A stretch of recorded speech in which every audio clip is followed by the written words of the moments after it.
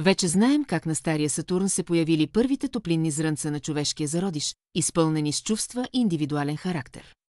Но как са започнали да виждат и чуват? Тук на сцената излизат духовете на огъня. Представете си ги като малки искри. Благодарение на тях, нашите топлинни тела започнали да светят и да проблясват. Тези светлинки били първите, много нежни заложби на нашите сетива, най-вече на очите ни. Това са били първите човеци-фантоми, които не са имали тела, а само светлинни първообрази на сетивни органи. Помогнали им и духовете на любовта. Тези духове са направили така, че духовете на огъня да могат да виждат какво се случва на Сатурн като образи съзнанието си, все едно сънуват. Така се е зародило първото образно съзнание.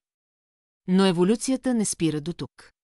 След светлината, на стария Сатурн се появява и нещо още по-интересно.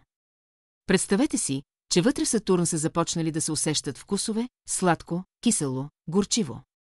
А навън, в космическото пространство, тези вкусове са се превръщали в звуци, в една небесна музика. Тези вкусове и звуци са били създадени от синовете на живота и духовете на хармонията. Те са вложили живот в стария Сатурн, нещо като вътрешно дишане и хранене.